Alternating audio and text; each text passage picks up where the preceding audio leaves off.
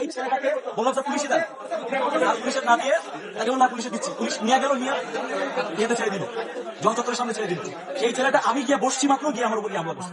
এটা দায় আমি মূলত রাখি।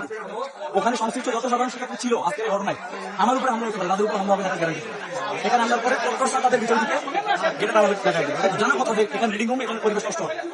সে একটা দপ্তরে গিয়ে হামলা করে আসছে, এখানে ব্যক্তিকে হামলা করে রেখেছে। আচ্ছা, আসলে কি হামলা করে আসছে? এখানে একদম টু দ্য পয়েন্ট একটা প্রশ্ন করি। একটা বিশ্ববিদ্যালয়ের সেন্ট্রাল লাইব্রেরিতে ঢুকে বিশ্ববিদ্যালয় কেন্দ্র ছাত্র সংসদের নেতারা এবং একটা রাজনৈতিক সংগঠনের নেতারা তারা কি আসলে হামলা করতে পারে কিনা? বিশ্ববিদ্যালয় কেন্দ্রীয় ছাত্র সংসদের অফিসে গিয়ে কোন শিক্ষার্থী বা কোন ছাত্রলীগ হামলা করতে পারে কিনা, এটা নিরাপত্তা আমি ডিজার্ভ করি কিনা? নিরাপত্তা একটা দপ্তরে গিয়ে হিসেবে ডিজার্ভ করি কিনা? সেটার প্রতিবাদ স্বরূপ কি আপনারা আইনের হাতে তুলে দিয়ে দেখলাম তো কি হলো। আইনের হাতে তুলে দিলাম তো আপনাদের সামনে, আইনের হাতে তুলে দিলাম। আইন কতটুকু করতে পারছে আমাদের বিচার? 2 বছর ধরে ছাত্রলীগের ব্যাপারে কোনো ডিসিশন না নিয়ে আজকে এই পরিস্থিতিতে তারা নিয়ে আসলো। এটা দায় আমি কাকে দিব? আমি আইনকে দিব, আমি প্রশাসনকে দিব। যখন তারা দিতে পারতেছে না তখন তো আমাকে নিতে হবে। হ্যাঁ, ওখানে আহত মানে কোথায় ওনার এখানে এখানে মানে ইয়ে দেখা যাচ্ছে, সাদা মাংস দেখা যাচ্ছে, এমন বাজে অবস্থা। মানে আকস্মিক ভাবে হামলা করা হয়েছে। ওরা ছিল 7 জন, আমরা ছিলাম মাত্র 3 জন। এবং আমরা জাস্ট বসে, আমি তো সহযোগিতা করার সাথে কথা বলতেছিলাম, আকস্মিক ভাবে তারা গিয়ে আমরা আমি তো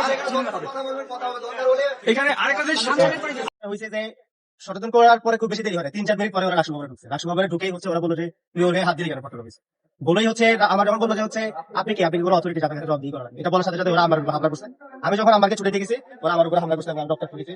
এবং আমার অফিসে আরেকটা ছেলে ছিল আমাদের বিশ্ববিদ্যালয়ের মেহেদি, ও হচ্ছে কানে আহত হয়েছে এবং আমাকে হচ্ছে ওরা অনেক মানে উপযোগী আঘাত করছে। ওরা অনেক হাত করছে, ওরা হচ্ছে আমার সাথে যে ছেলেটা সমস্যা হয় সেই ছেলেটা ডক্টর অফিসে, এবং ওর সাথে ওরা 7-8টা সাংবাদিক নিয়ে এসে হামলা করে। ওর নাম হচ্ছে আনাস। সাথে কারা ছিল ভাই? ওরা কি ক্যাম্পাসে?